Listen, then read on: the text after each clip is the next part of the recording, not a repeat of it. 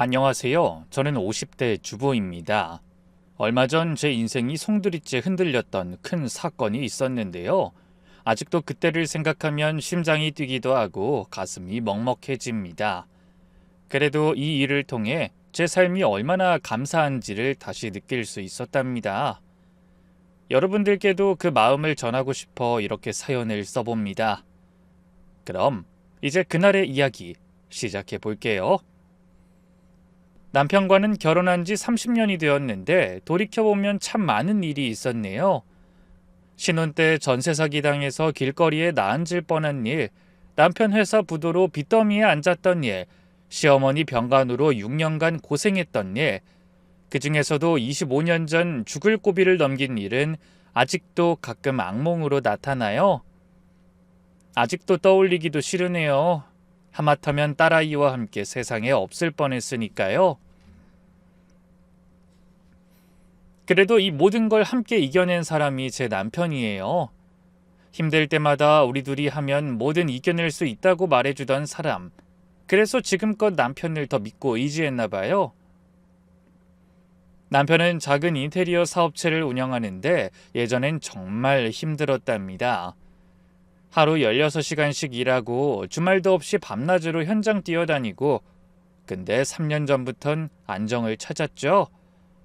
직원도 10명이나 되고 현장 일은 젊은 직원들한테 맡기고 영업과 관리만 하는 것으로도 운영이 됐죠. 아침마다 여보 오늘도 화이팅! 잘하고 올게! 하고 나가는 남편을 보면서 이제 정말 행복할 일만 있겠구나 싶었어요. 그런데 최근 들어 남편이 좀 달라진 것 같았어요. 예전엔 집에 오면 하루 있었던 일, 이것저것 수다 떠는 사람이었는데 요즘은 말수가 부쩍 줄었더라고요.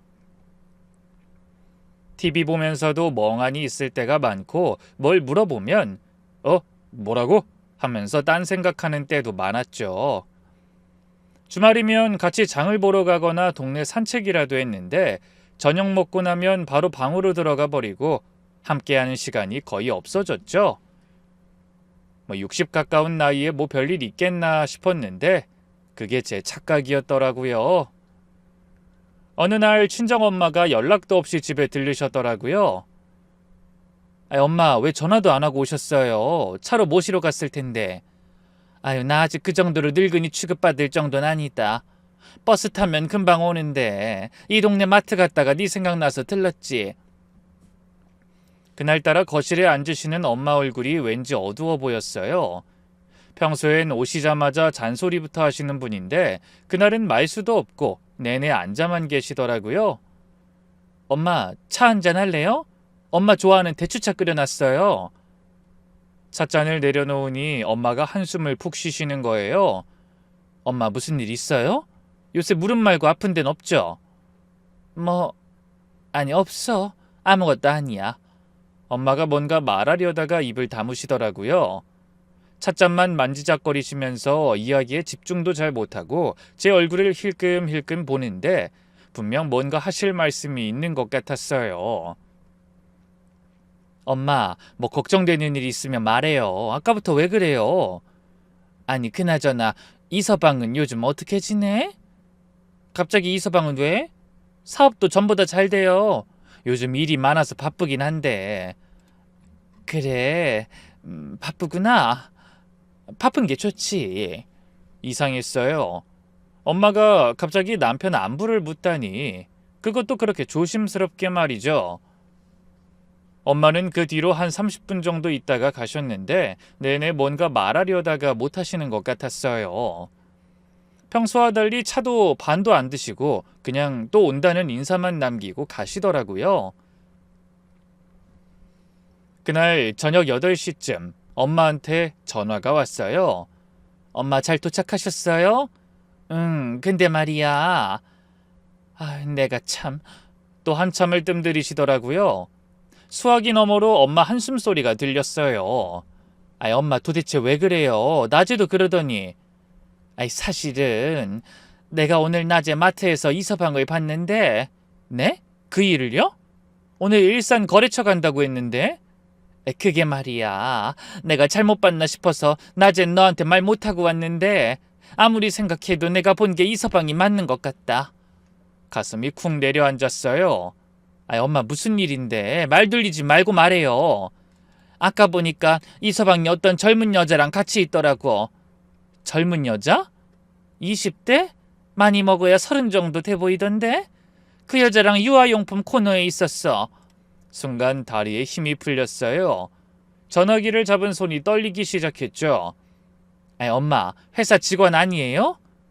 처음엔 나도 그런가 했지. 그래서 가까이 가서 봤어. 근데 엄마가 또 말을 멈추셨어요. 엄마 근데 뭐요? 답답하게 자꾸 그러지 말고 빨리 말해요. 저도 모르게 답답한 마음에 신경질을 냈어요. 그 여자가 배가 불러 있더라고. 임신 중인 것 같았어. 뭐라고요? 그것뿐이 아니야. 둘이 막 다정하게 유모차며 기저귀며 고르는데 내가 들었어. 그 여자가 이서방한테 아빠 이 색깔이 더 예쁜 것 같아요 하니까 이서방이 그래 네가 좋으면 그걸로 하자 그러더라고.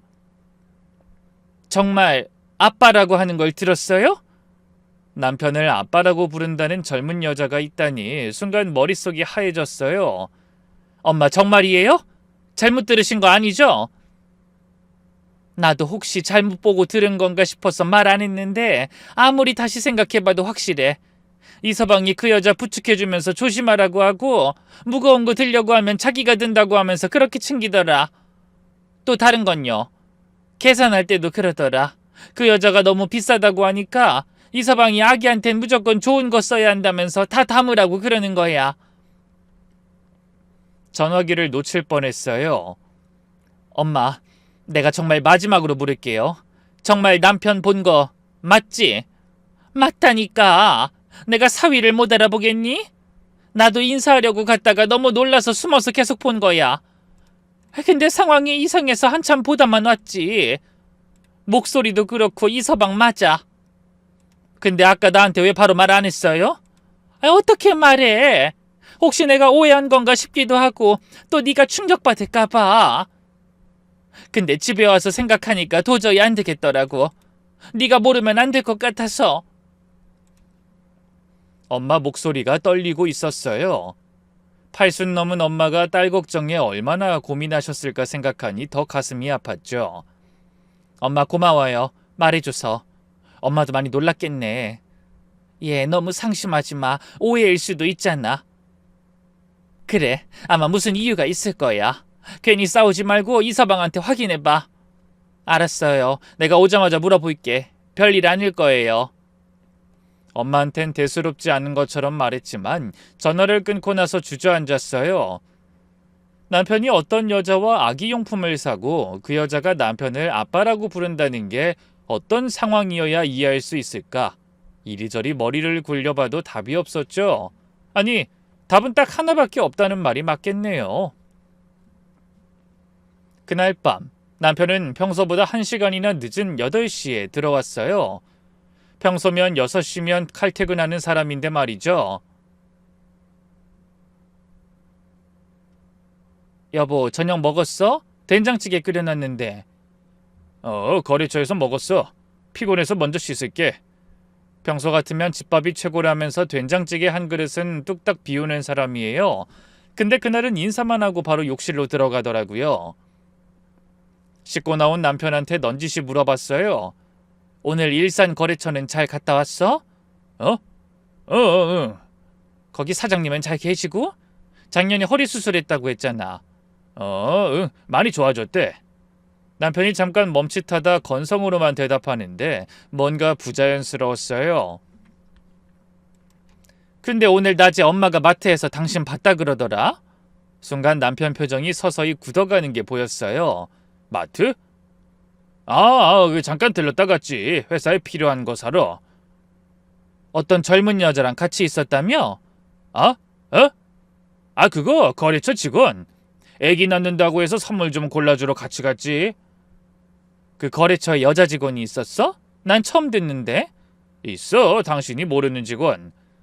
남편은 대답은 하는데 제 눈은 안 보더라고요.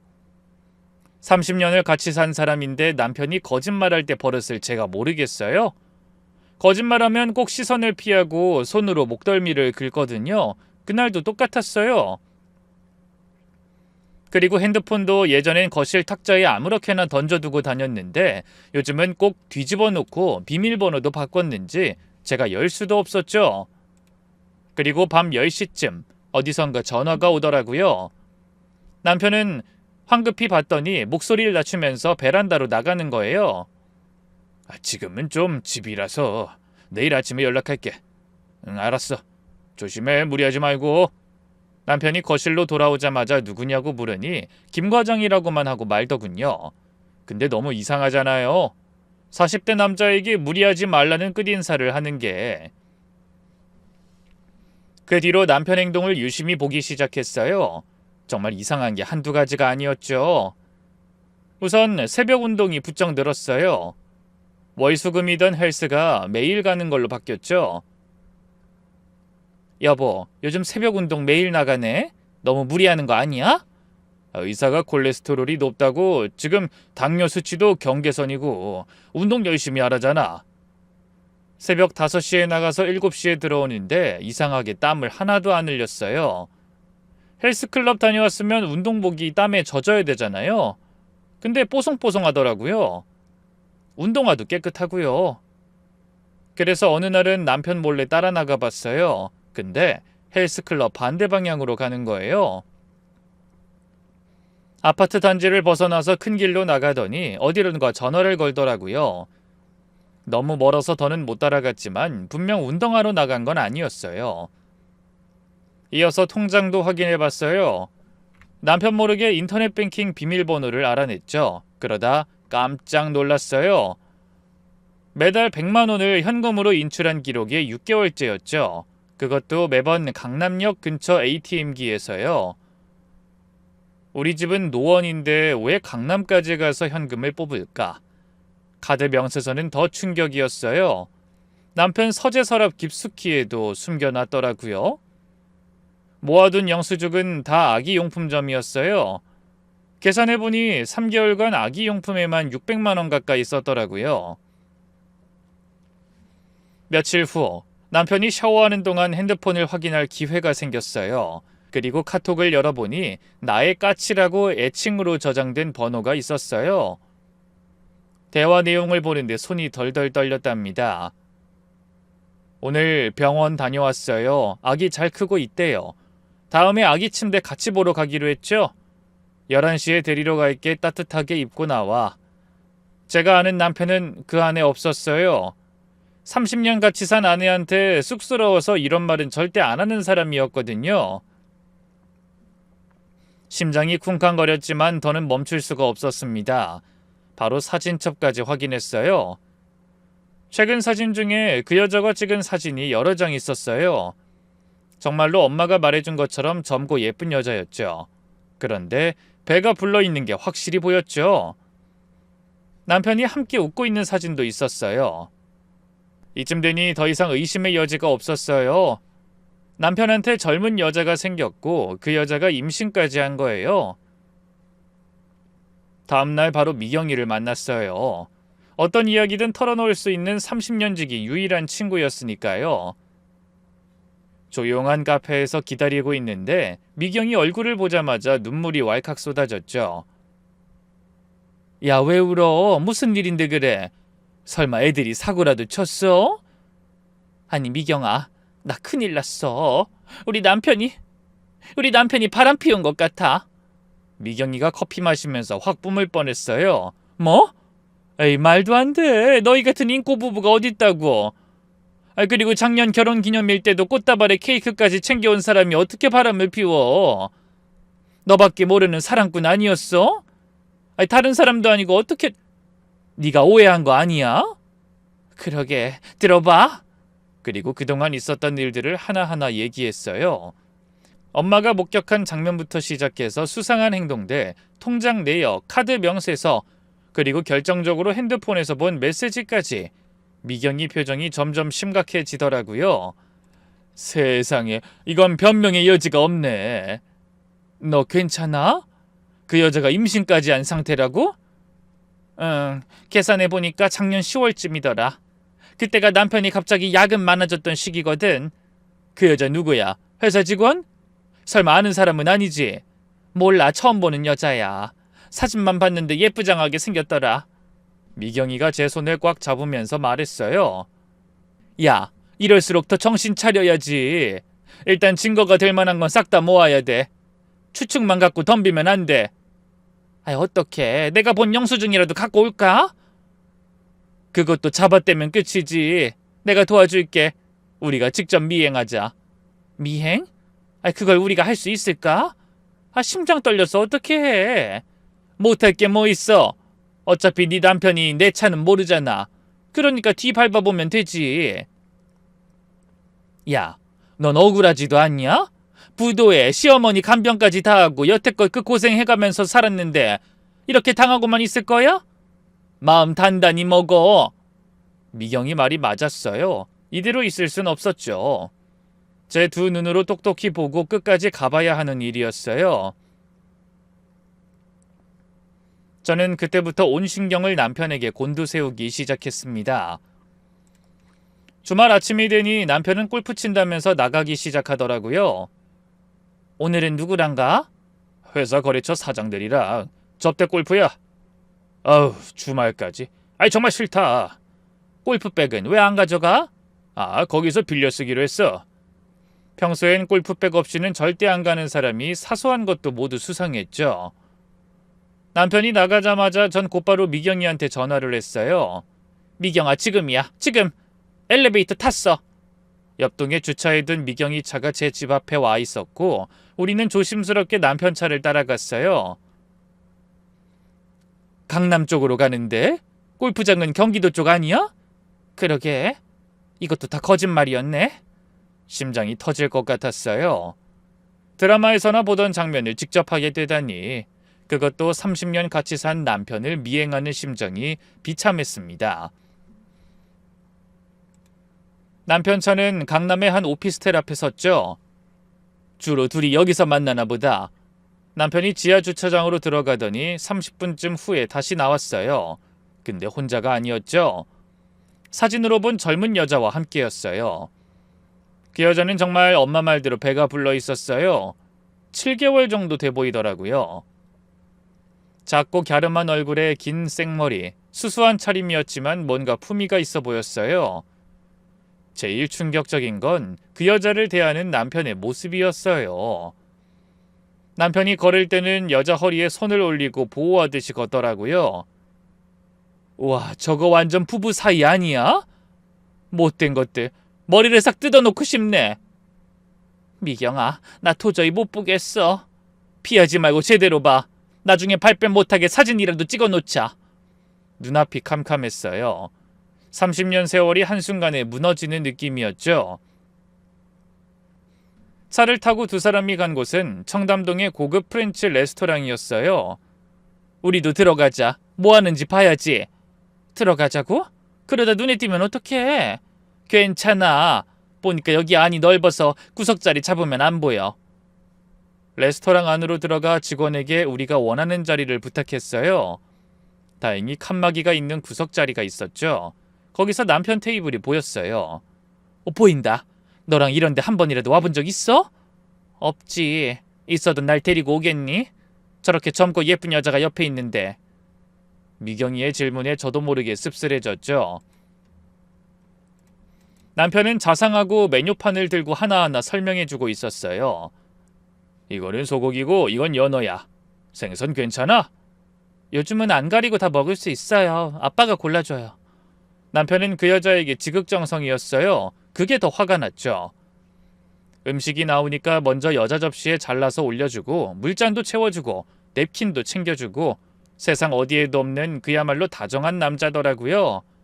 아이, 천천히 먹어, 제알라. 아까부터 나만 먹고 있는 것 같은데 아빠도 먹어요. 난 괜찮아. 너 많이 먹어.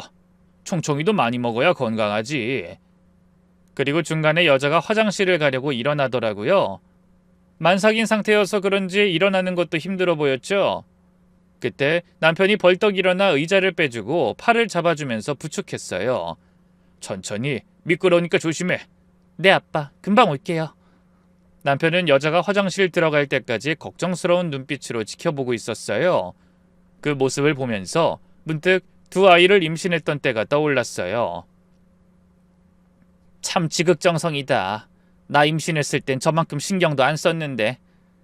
첫째 임신했을 때는 태동이 심해서 잠도 제대로 못 잤는데 남편한테 말하면 피곤해 죽겠다면서 하품하고 등 돌리고 잘 때가 많았죠.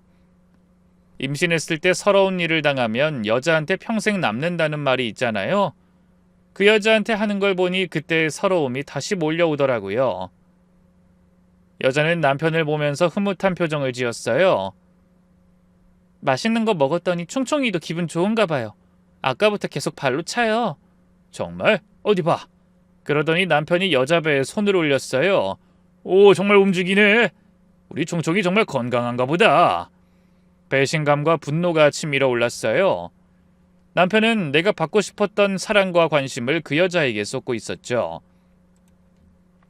여태 두 아이를 낳고 키웠는데 나한텐 왜 저렇게 안 했을까?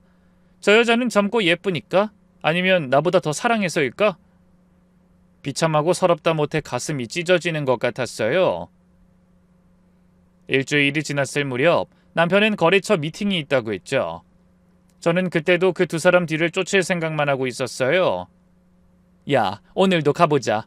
이번엔 어디에 갔나? 이제는 미경이가 더 적극적이었어요. 이번엔 선글라스에 모자까지 준비했더라고요. 남편 차를 따라간 곳은 청담동의 유명한 산부인과였죠. 산부인과. 이제 정말 확실하네. 남편이 주차하고 건물 입구에서 누군가를 기다렸어요. 10분쯤 지나니 그 여자가 나타났죠. 미안, 늦었지. 차가 막혀서. 괜찮아요, 아빠. 저도 방금 왔어요. 두 사람이 병원으로 올라가자 미경이가 묻더라고요. 우리도 들어가 볼까? 아니, 병원까지 가는 건 너무 위험해. 여기서 기다리자. 미행이 계속될수록 저는 우리 애들이 받을 상처가 걱정되더라고요. 난 우리 애들한테 이걸 어떻게 말하면 좋을지 모르겠다. 그걸 네가 왜 걱정해? 저 인간이 저지른 일인데 지가 책임져야지. 엄마가 그래서 저한테 말을 못했던 거구나. 그때야 알았어요. 제 상처도 상처지만 자식들이 받을 상처가 더 걱정되더라고요. 두 사람을 기다리는 동안 머릿속이 복잡했어요.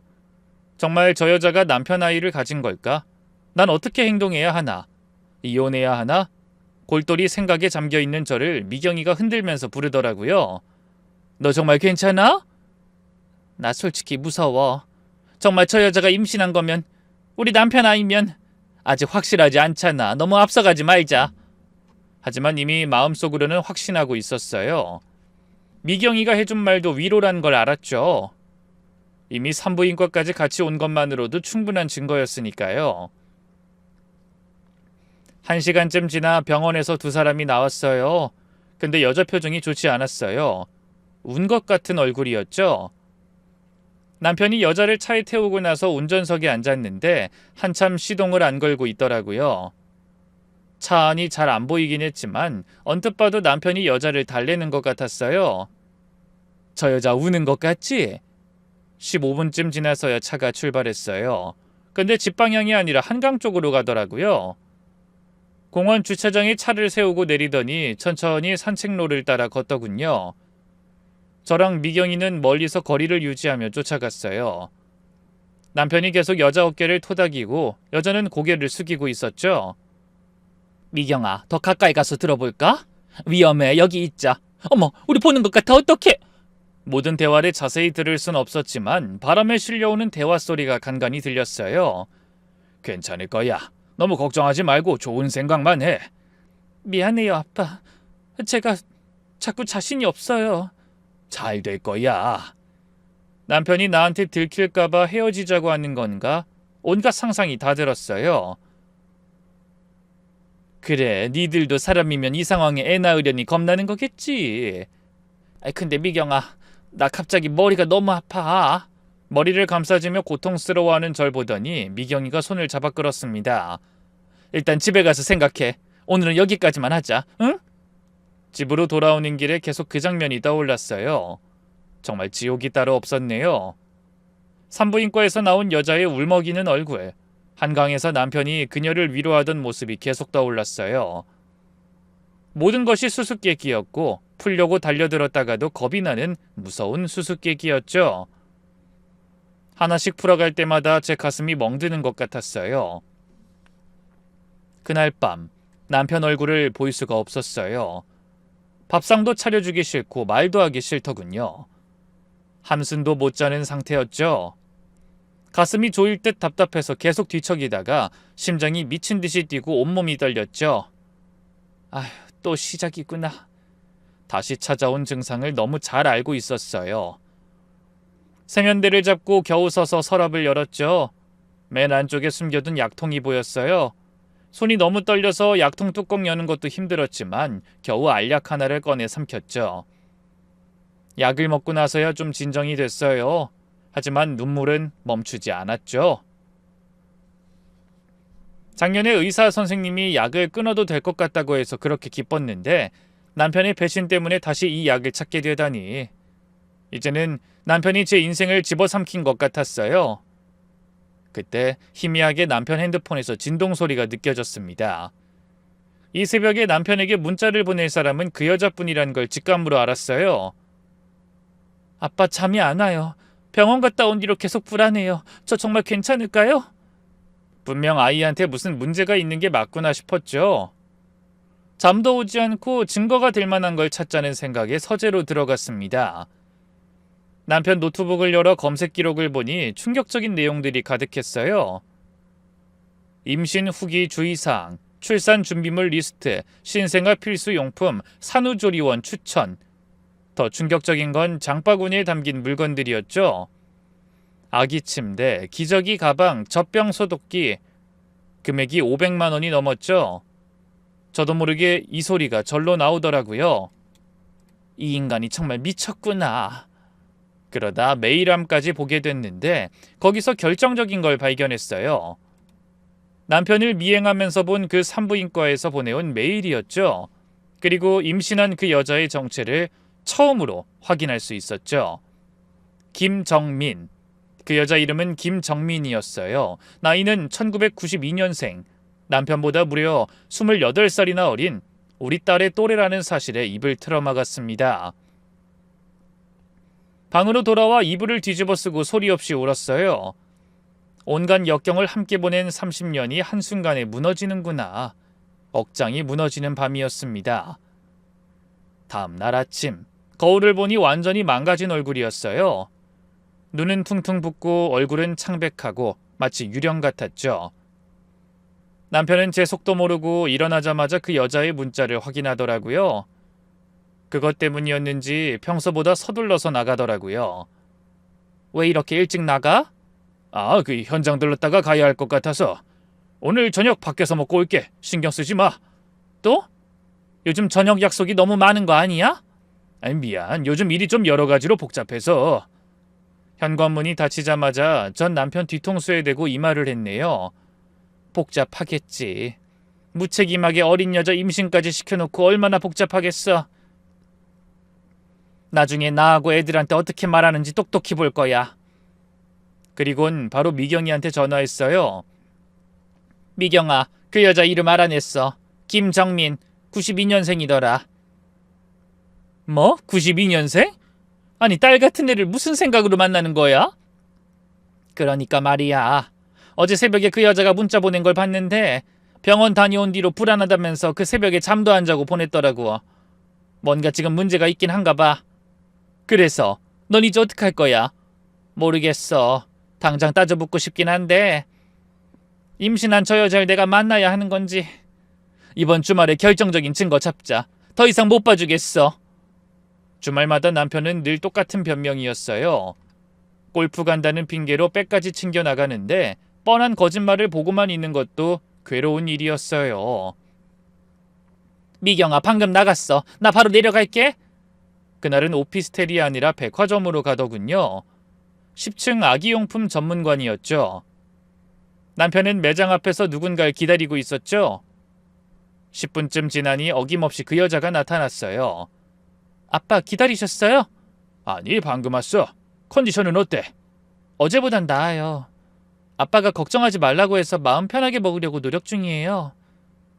우리도 옆 매장에서 구경하는 척하면서 지켜봤죠. 직원이 다가와서 뭔가 설명하더니 최고급 유모차를 보여주더라고요. 이건 독일 브랜드로 최고급 제품입니다. 신생아부터 4살까지 사용 가능하고요. 가격대는 있는 편이지만 이렇게 안전장치도 잘 돼 있어서 쓰기에 좋아요. 이거 괜찮네. 마음에 들어. 네 마음에 드는 걸로 골라. 좋긴 한데 너무 비싼 것 같아요. 다른 거 볼까요? 아니야. 좋으면 이걸로 하자. 돈 신경 쓰지 말고. 애기 쓸 건데 좋은 걸로 해야지. 그 여자는 어쩐지 부담스러워하는 눈치였지만 남편이 더 적극적이었어요. 가격표도 안 보고 담는 걸 보면서 기가 막히더라고요. 이것도 너무 비싸요. 근데 아빠 정말 이렇게 많이 사도 돼요? 부담스러워요. 부담스러워하지 마. 내가 해주고 싶어서 하는 거야. 애기한테 필요한 건 다 사줄게. 그 모습을 보면서 눈물이 났어요.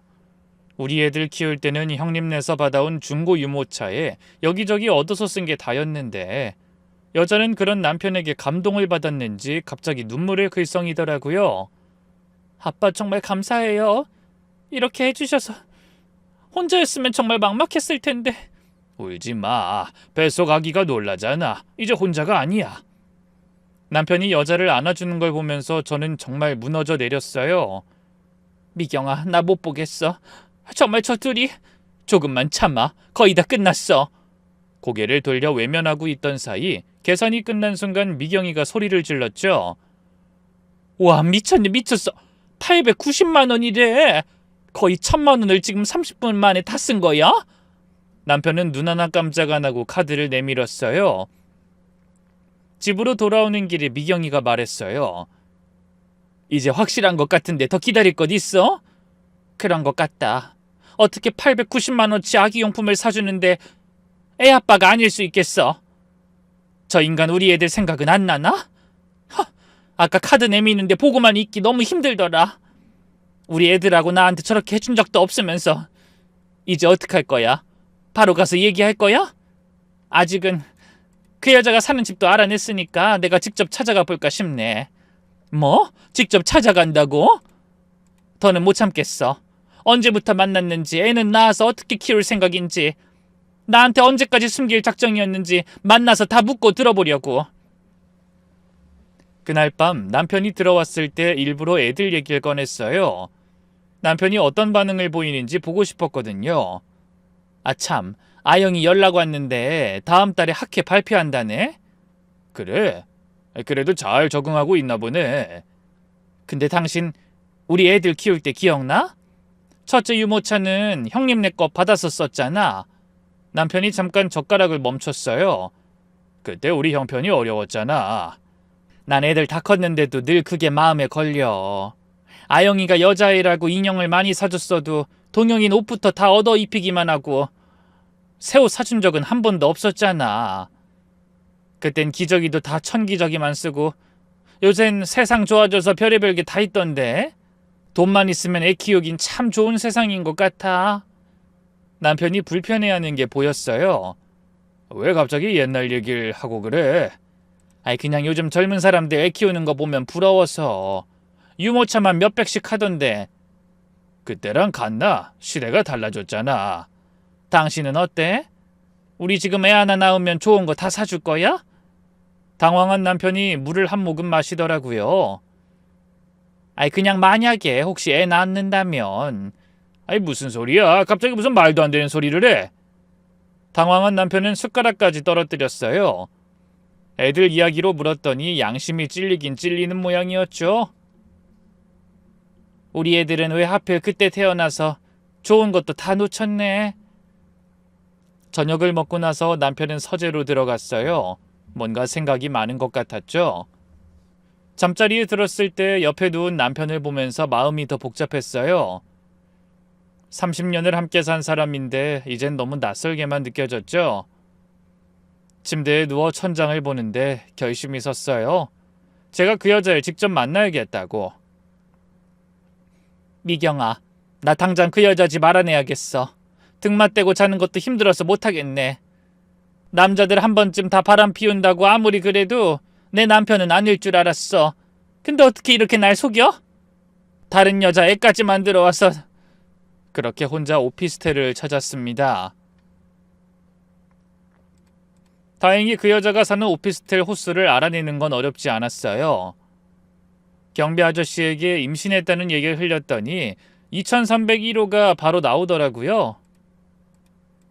몇 번이고 문 앞까지 가서 배를 눌러보기도 하고 만나면 뺨을 한 대 칠까 드라마처럼 머리채를 잡아볼까 했는데 현실은 달랐죠. 손이 바들바들 떨리고 목소리도 잘 안 나오는 것 같았어요. 미경아, 혹시 내일 아침에 같이 가줄 수 있어? 그 오피스텔. 괜찮겠어? 알았어. 너무 걱정하지 마. 내가 옆에 있을게. 그리고 다음 날 일찍 미경이를 만났어요. 준비됐어? 응, 가자. 차 안에서 내내 손이 떨렸어요. 이제 곧 모든 진실이 밝혀질 테니까요. 엘리베이터를 타고 23층으로 올라갔어요. 심장이 터질 것 같았죠. 심호흡을 크게 한 번 한 뒤 미경이 손을 잡고 초인종을 꾹 눌렀습니다. 누구세요? 인터폰에서 그 여자 목소리가 들렸어요. 저 김정민 씨 맞으시죠? 네, 그런데요. 어떻게 오셨어요? 문 좀 열어주시겠어요? 할 얘기가 있어서요. 잠시 침묵이 흐르더니 문이 열렸어요. 여자는 저를 처음 봐서인지 경계하는 모습이었죠. 누구신지... 저는... 이렇게 소개해야겠네요. 이성근 씨 아내예요. 어떻게 여기서 얘기할까요? 사람들 다 들을 텐데 괜찮으면 여기서 하고요. 순간 여자의 얼굴이 하얗게 질렸어요. 저는 최대한 이성적이고 흔들리지 않는 태도를 유지하려고 했었어요. 들어오세요. 여자가 사는 집은 깔끔하고 아담한 원룸이었는데 한쪽에는 어제 산 아기용품들이 쌓여 있었죠. 여기 앉으세요. 일단 제가 차라도... 됐어요. 그쪽하고 기분 좋게 차 마실 기분 아니니까. 그냥 단도직입적으로 물을게요. 지금 뱃속에 그 아이, 우리 남편 아이 맞죠? 여자가 고개를 숙였어요. 대답해요. 우리 남편 아이 맞냐고요? 우리 다 알고 찾아온 거니까 괜한 거짓말할 생각 마요. 왜 대답을 못해요? 계속 숨긴다고 숨겨질 것 같아요? 그때 여자가 고개를 들고 말했어요. 그런데 전혀 예상치 못한 말이었죠. 아니에요. 아닙니다. 아버님 아이가 아니에요. 생각하시는 그런 거 절대 아니에요. 아니라고요? 그럼 왜 우리 남편이 당신을 이렇게 챙기는 거예요? 산부인과 같이 가는 것도 모자라서 매달 100만 원씩 주고 1000만 원짜리 아기 용품까지 다 사주고 둘이 무슨 사이면 이게 가능한 거냐고요? 다 알고 왔어요. 여자는 서럽게 울기 시작했어요. 그럼 누구 아이예요? 울지 말고 대답하라고요. 제 남편 아이예요. 작년에 죽은. 뭐라고요? 남편이 있었다고요? 네. 결혼한 지 3개월 만에 교통사고로 갑자기. 잠시 침묵이 흘렀어요. 근데 왜 우리 남편이 당신을 도와주는 건데요? 대체 무슨 관계길래?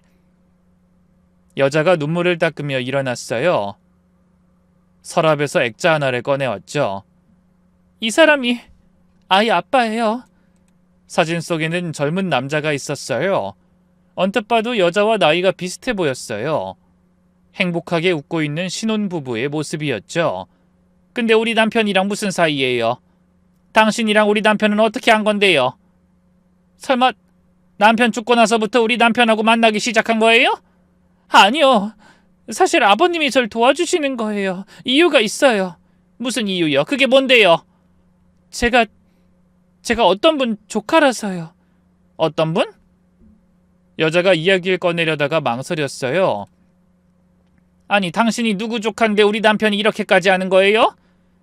그분이 25년 전에 아주머니를 살린 분이거든요. 누가요? 25년 전? 순간 가슴이 쿵 내려앉았어요. 그리고 제 기억은 25년 전 그날 밤으로 돌아가 있었어요. 불타는 집, 딸아이를 꼭 안고 있던 제 모습, 밖에서 소리치던 한 사람. 그때 일을 생각하면 다시 그 불길 속에 갇힐 것 같아 내내 묻어두고 산 기억이었죠. 잠시만요. 혹시 그분 이름이 정미예요? 옆집 살던 정미 이모라고. 그 이름을 듣는 순간 다리에 힘이 풀렸어요. 그럼 그쪽이 정미 언니하고 아는... 네, 맞아요. 제가 정미 이모 조카예요. 이모는 5년 전에 돌아가셨어요. 간암으로. 아니 어떻게... 왜 지금까지... 우리가 그동안 얼마나 찾았는데? 여자는 낡은 신문 스크랩을 꺼냈어요. 동네 화재, 여대생 전신 화상 입으며 모녀 구출. 그 제목을 보는 순간 그날이 생생하게 떠올랐죠. 이모가 남긴 거예요. 그날 이후로 평생을 혼자 지내셨어요. 화상 흉터 때문에 수술도 많이 하고 힘드셨거든요. 그래도 이모는 항상 웃는 얼굴이었어요. 병원에 있을 때 찍은 이모 사진인데 보실래요? 보세요. 이때도 웃고 있죠? 사진을 보니 얼굴과 목, 팔까지 심한 화상 흉터가 있었죠. 그런데도 활짝 웃고 있는 언니를 보니 저는 죄책감에 눈물이 멈추지 않았어요.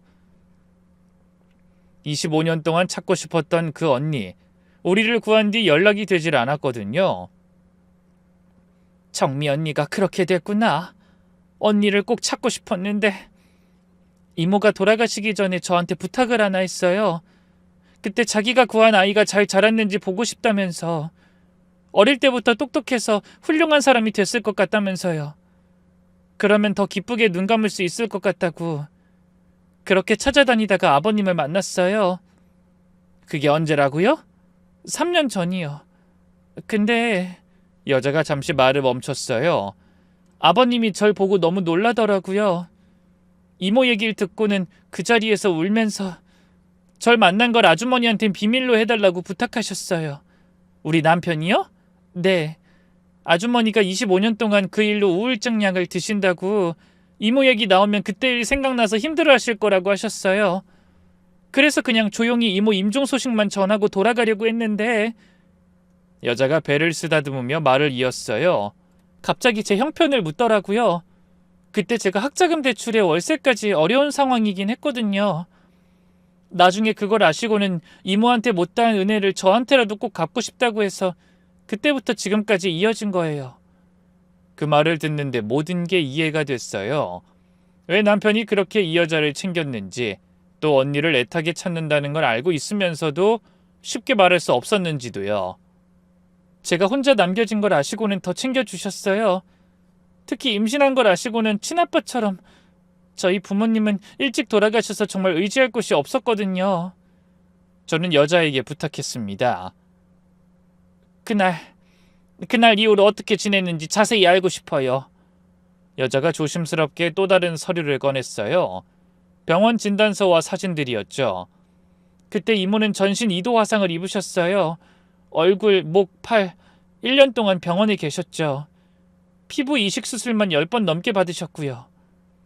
사진 속 정미 언니의 모습은 차마 눈뜨고 볼 수 없을 정도였어요. 우리 때문에? 전 언니 아니었으면 지금 없어요. 이모는 단 한 번도 후회한 적 없다고 하셨어요. 오히려 자랑스럽다고. 특히 그 아이가 의사가 돼서 다른 생명을 구하는 일을 하게 됐다니까 더 기쁘다고 하셨죠. 힘겹게 숨을 내쉬는 제 손을 미경이가 옆에서 꽉 잡아줬어요. 괜찮아? 미경아, 내가 25년 동안 그 언니한테 아무것도 못 해줬어. 갑자기 사라지는 바람에 병원비도 제대로 못 드리고. 우리도 형편이 어려웠다지만 목숨 살려준 분한테 내가 한 게 아무것도 없었어. 나만 혼자 이렇게 살아서. 그러지 마세요. 이모는 아주머니 원망한 적 없어요. 오히려 그 불을 낸 것도 아니고 뛰어든 것도 이모인데. 왜 책임을 느끼냐고. 모든 건 자기 선택이었다고 하셨어요. 그 말에 저도 모르게 오열했어요. 정미 언닌 그래서 어떻게 돌아가신 거예요? 간암 말기였어요. 혼자 살면서 건강관리를 제대로 못하셨죠. 제가 이모 집을 정리하다가 가족 사진도 발견했어요. 신문에서 올린 따님 의대 합격 기사도 있었고요. 늘 어떻게 살고 있는지 궁금해했던 것 같아요. 그 말을 듣는데 가슴이 찢어지는 것 같았어요. 25년 전에 한 가족처럼 지낸 언니였기에 우리 식구들 소식을 진심으로 궁금해했다는 게 느껴졌죠. 그리고 제가 죄책감을 느낄까봐 일부러 연락도 피하고 먼 발치에 서서 봤을 언니의 모습을 생각하니 코끝이 찡했습니다. 마지막에 치료는요? 제대로 받은 거예요? 손도 못 써보고 떠난 건 아니죠? 후원금으로 겨우 생활하시긴 했죠. 화상환자 지원단체에서 조금씩 간암 발견됐을 땐 이미 너무 늦었다고 그래서 여러모로 이모도 많이 지친 상태였고요. 내가 끝까지 찾았어야 했는데 언니가 어떻게 사는지도 모르고 죄송해요. 이제는 제가 정미 언니 조카 앞에 고개를 숙였습니다. 자책하지 마세요. 이모도 일부러 연락 안 한 거니까. 평소 이 일로 미안해하면서 살 착한 분들이라는 걸 알아서 더 그랬을 거예요. 그때 따님도 다치고 집도 잃고 그 충격으로 트라우마까지 생겨서 많이 힘드셨다고 하던데 그래서 이모도 멀리서 지켜보는 게 좋을 것 같다고 생각하신 거예요. 여기저기 이모 찾으려고 애쓰셨던 것도 다 알아요. 무거운 분위기를 바꾸고 싶었는지 미경이가 조심스럽게 물었어요. 저기 그런데 왜 아빠라고 부르는 거예요? 여자가 쑥스러운지 입을 가리며 웃었어요. 아, 그거요? 처음엔 아저씨라고 불렀는데 아버님이 이모 대신 아빠가 되어주고 싶다고 하시더라고요. 저한테 가족이 없는 것도 아니까 그래서 더 챙겨주려고 그랬던 것 같아요. 그리고 같이 다니면 이상하게 보는 사람들도 있었고요. 미경이가 이제 이해가 간다는 듯 말했어요. 그래서 아이 아빠인 척한 거구나. 혼자 있는 정민 씨가 주변 시선 때문에 힘들까봐. 네, 미혼모라고 하면 사람들이 이상하게 보니까요. 아버님이 먼저 제안하셨어요. 밖에선 아빠라고 부르라고. 그래야 떳떳하게 도울 수 있다고. 그 이야기를 듣고 나니 마지막 남은 퍼즐까지 다 맞춰졌어요. 갑자기 남편까지 죽고 나니 너무 힘들어서 병원 가는 것도 무서웠어요. 산부인과 가면 다들 남편하고 같이 와 있는데 저만 혼자니까. 괜히 남편 생각나고 그래서 울다가 오고 그런 날이 많았거든요. 그래서 아버님이 보호자가 되어주신다고 하셔서 병원에도 같이 가주셨어요. 이모 잘 만난 덕을 제가 보네요. 아이는 건강한 거죠? 혹시 무슨 문제 있는 건 아니에요? 아, 검사에서 아기 심장에 작은 문제가 발견됐어요. 크게 걱정할 건 아니라고 했는데 너무 무서워서. 아버님이 계속 위로해 주셨죠. 괜찮을 거라고. 설령 문제가 있어도 다 치료할 수 있다고. 정미 언니 조카는 또 다른 사진을 보여줬어요. 낡은 폴라로이드 사진이었죠. 아, 그리고 이 사진 이모가 계속 간직하고 있던 거예요. 사진 속에는 젊은 시절의 저와 아기였던 딸 정미 언니가 함께 웃고 있었어요. 언니가 우리 아영이를 안고 있는 모습이었죠. 기억난다. 이날 아영이 100일이었어요. 언니가 100일 떡 사왔다고 들고 온 날 우리 정말 가족처럼 지냈으니까. 가족이었지. 가족이었어 정말. 그랬어요. 우리는 그냥 옆집 사이가 아니었죠. 이모도 그 말 많이 했는데 처음으로 가족의 사랑을 배웠다고요. 정말요? 언니가 그런 말을 난 해준 것도 없는데. 왜 없어요? 이모 생일에 미역국도 끓여주고 그렇게 챙겨주셨다면서. 부모님 안 계신 이모한텐 그게 정말 큰 위로였대요. 살면서 생일을 그렇게 챙겨준 사람이 없었을 거예요. 인생에서 외롭지 않게 보낸 시간이었다고 했어요. 미경이가 옆에서 휴지를 건네줬어요. 정말 특별한 인연이네. 그러게. 두 사람 목숨을 살려준 은인이지 나한텐. 그래서 더 망설임 없이 뛰어들었나 봐요. 불 속으로. 가족이 위험한데 어떻게 가만히 있냐고.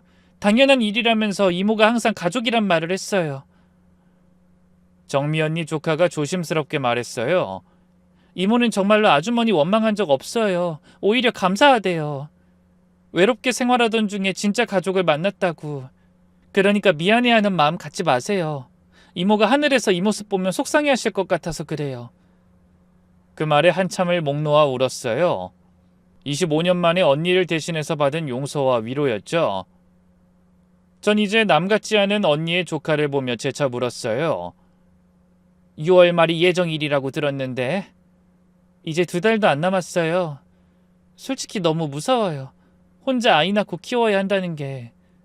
그럼 가족은 정말 아무도 없어요?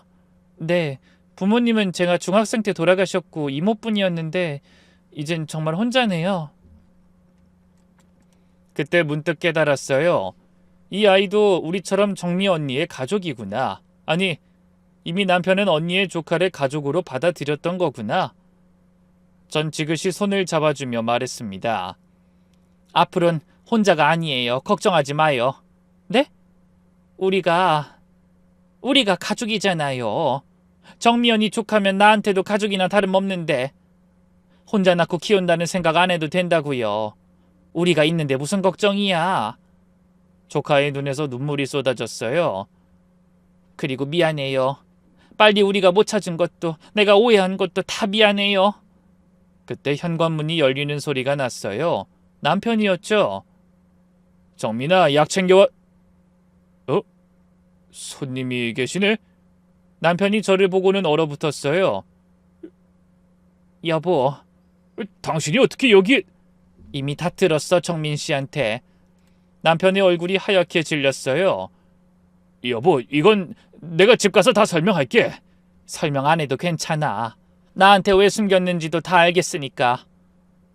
난 혹시나 당신이 자책할까봐. 그때 약 끊은 지도 얼마 안 됐을 때였고 시간이 좀 지나면 그때 다 말하려고 했어. 정말이야. 알아, 당신 마음. 고마워. 정미 언니 대신, 나 대신 당신이 여태 그걸 혼자 떠안고 사느라 너무 힘들었겠다.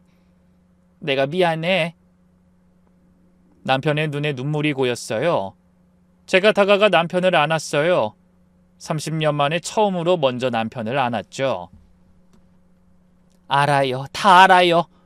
그래도 앞으로는 같이 해요. 혼자 짊어지지 말고. 그로부터 한 달 후 정민이는 건강한 아들을 낳았어요. 분만실 앞에서 남편과 함께 초조한 마음으로 기다리며 첫째를 안던 그날을 떠올렸죠. 여보, 우리 첫 손자 보는 건가? 아유, 내가 더 떨리는데 어떡하지? 그러게. 난 정민이가 우리 셋째 같고 그래.